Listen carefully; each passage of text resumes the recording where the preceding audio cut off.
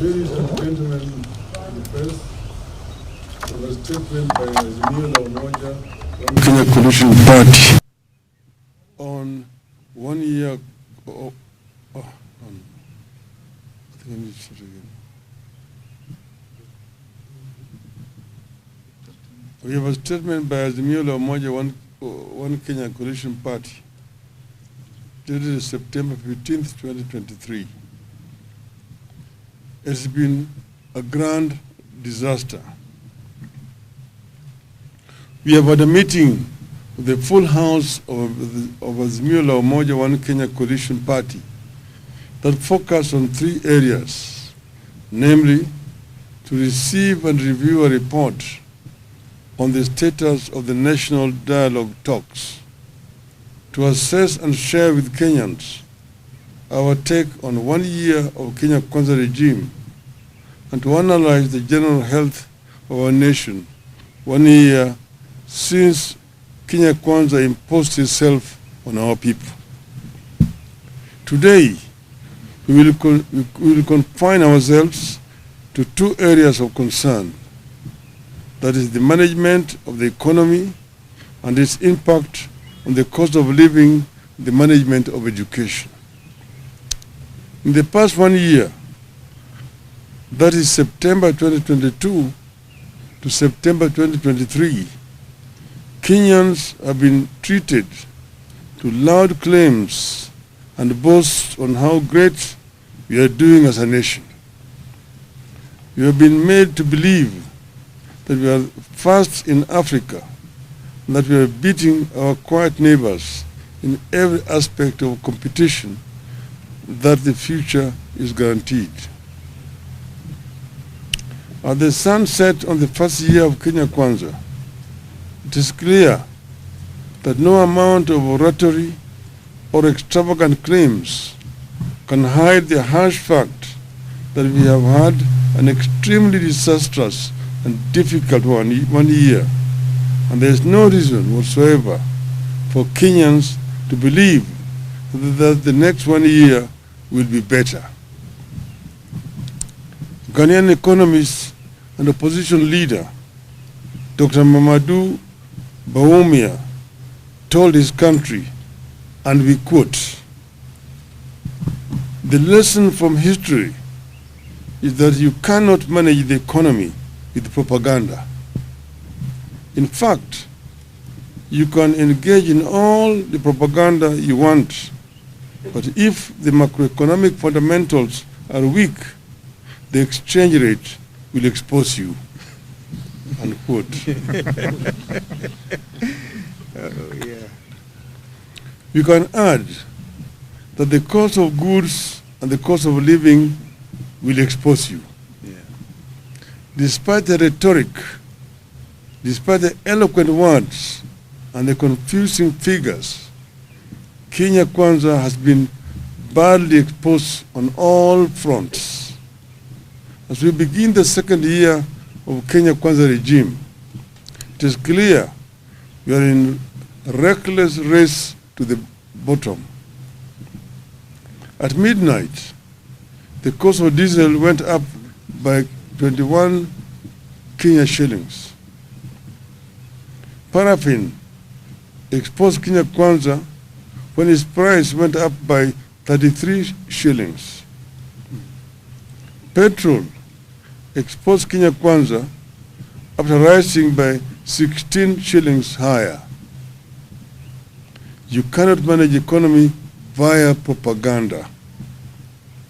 1 year, all indicators point to the fact that life is deteriorating, not improving. The cost of every item that is basic to life has gone up. In the last 1 year, the following have happened.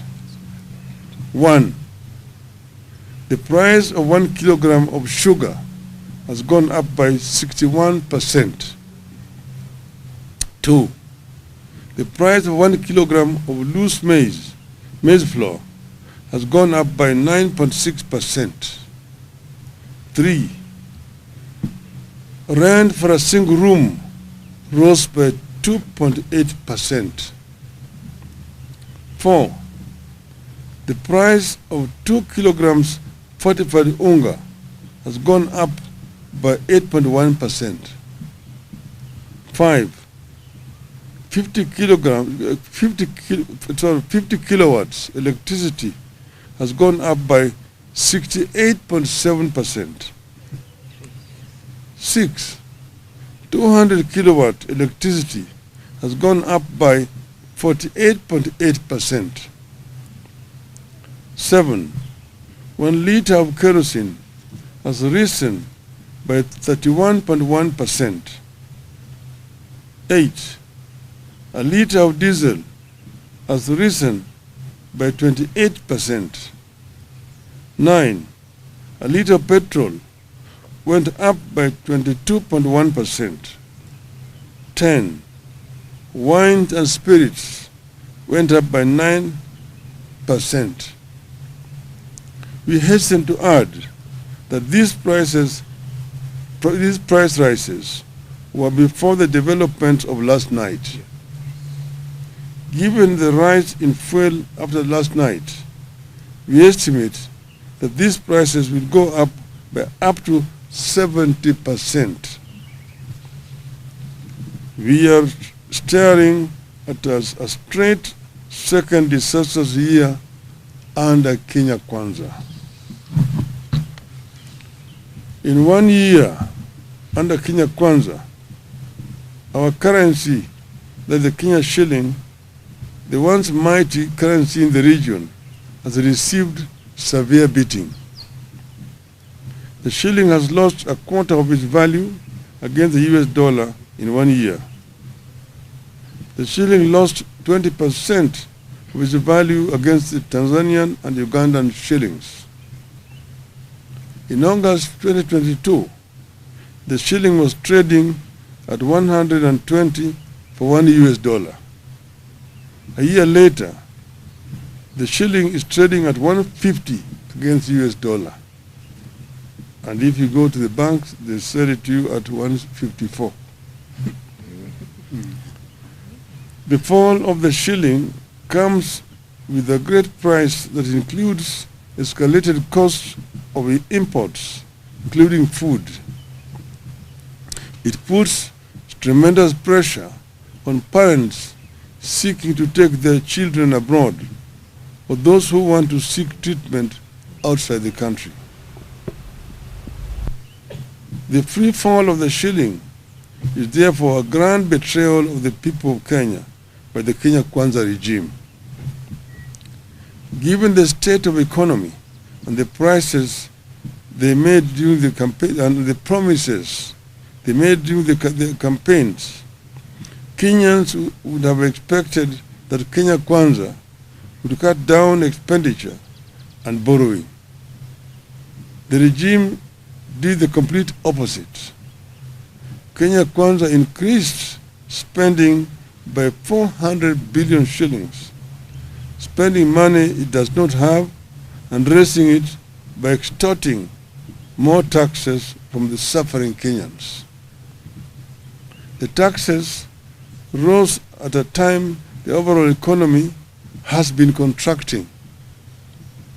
In the second quarter of 2022, which is the first era of Kenya Kwanza regime leading into 2023, the economy grew by only 5.2%.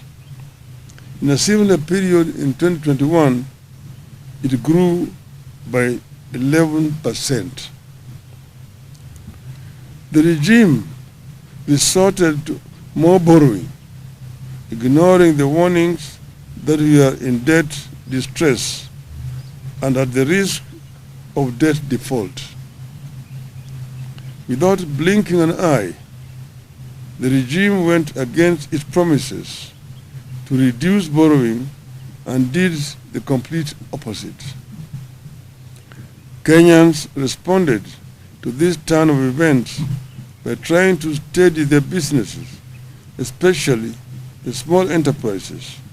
But those efforts were in vain as interest rates rose rose through the roof, and more taxes hit those businesses. Only the government can now afford to borrow at the astronomical rate of 17% or more from the domestic market. In other words, the government is competing with the private sector in the domestic financial market.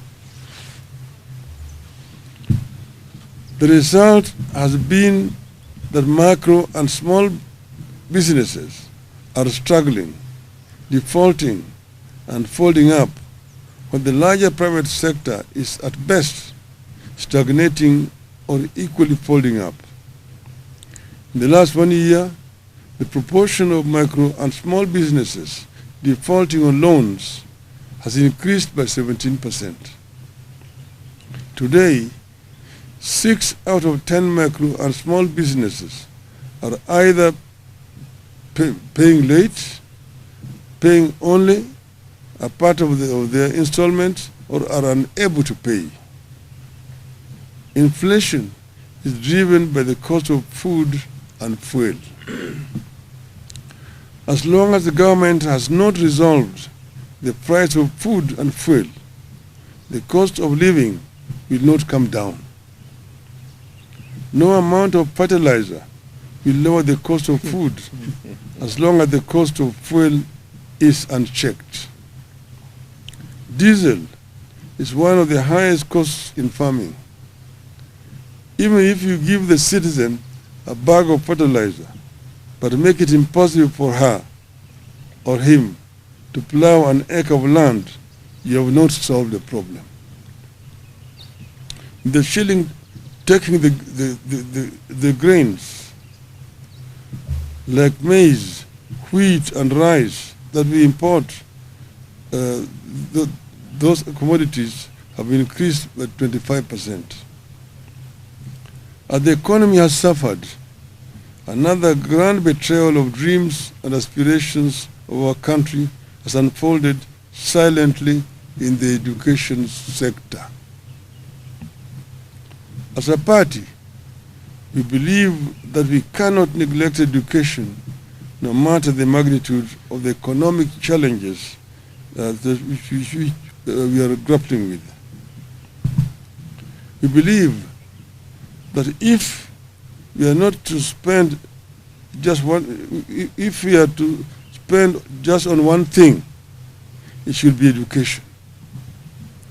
In 1 year, Kenya Kwanza has thrown the education sector into a deep financial crisis. In public, Kenya Kwanza administration continues to talk about free education. The reality in our schools and homes across Kenya is that education is no longer free, either in primary or secondary schools. Inadequate funding is growing into a full-blown crisis in primary and secondary schools, forcing head teachers to beg from well-wishers to help finance schools, straining parents further, and threatening the high enrollment reached in recent years as many students are sent home for school fees. Although academic year is coming to an end, the funds that have been released to schools are way below what was required. In some of the schools, the government has disbursed as low as 15,000 shillings for a student population of 400. Some schools received as low as Kenya shillings 3,000. We are, however, very concerned that under the Kenya Kwanza, education and the country are getting compromised by mismanagement, lack of clarity, lack of interest, and weak leadership in the sector. Verbally, education field officers have been instructed to work with schools' PTAs and BOMs and approve measures to help schools raise funds for their operations. For schools, this only means raising school fees. As a result of weak leadership, examination integrity is back as an issue in our education. Implementation of the CBC curriculum is in chaos. Mismanagement persists as key institutions like the TSC, the KNEC, and the ministry itself. Inequality between public and private schools is rising. The quality and capacity of day schools is deteriorating. But more worrying is that parents are being forced to pay for this chaotic and poor quality education. In the first 1 year under Kenya Kwanza, the cost of education has gone up by 225%, but the quality is not guaranteed. Fellow Kenyans, this has been a disastrous 1 year under Kenya Kwanza, and we have no good new or encouraging words to offer. There are strong indications that the things will get worse or remain the same. We, however, refuse to ask you to tighten your belts. You have done enough. The ball is squarely in the court of the regime. They either act or await the fate that has fallen other insensitive and incompetent regimes across the continent. Yeah. End of statement. It's clear as that. Can you add on the university education? On this issue of education, it's even worse in the university. They have come up with grading and basically grouping students in terms of means and so on, and that they're required to pay 7%. Quite a number of those students are actually being sent home, because the administration in various public universities are insisting on advance payment before admission.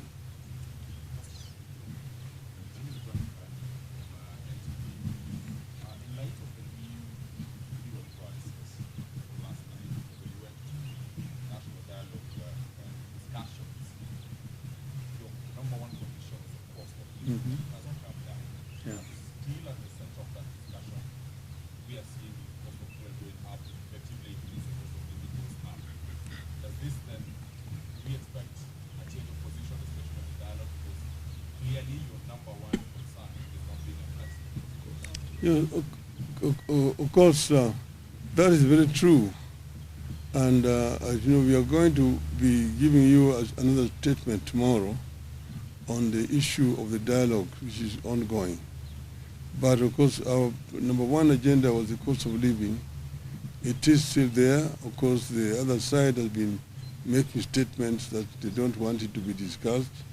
But we have insisted that it must be agenda item number one in the talks. And the other one is the issue of electoral justice, which is very central to our coalition. And that must also be on the agenda. So there will be a statement coming again tomorrow. But I also want you to know that we will tomorrow be also giving our own assessment of the overall performance of Kenya Kwanza government this 1 year, our scorecard. That will be coming up tomorrow. Ladies and gentlemen of the media, I think let's wait for tomorrow. There will be another statement Yes, ma'am. The government says the reason for the increase in fuel is global, global surge in oil prices. But a few months ago, the Kenya Kwanza government signed a deal with Gulf countries for oil importation. And they said this deal would reduce the demand on the dollar, which means then the shilling would come down and also reduce the price of fuel as well. What does the opposition make of this promise that was made by Kenya Kwanza? I mean, and as far as you're concerned, that is really the cause of the problem you're having. When they interfered with the OTS, and I'm talking to you as somebody who has been a minister for energy in my other early incarnations. so that is the cause of the mess that we're having. They said that we are going to do a G2G and that they are going to pay in Kenya shillings.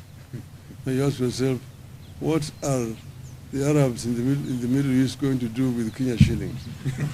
You're falling down. So the time, as we say, the chicken are coming back home to roost here. So that's bad policies implemented by this government has put us where we are here. And it is unfortunate that it's the Kenyans, innocent Kenyans, who are basically now suffering when those who are responsible are globetrotting, looking at coffee in Colombia. I mean, and the tigers, they're moving around when the Kenyans are suffering. It's very, very unfortunate indeed. Thank you very much. See you tomorrow. Thank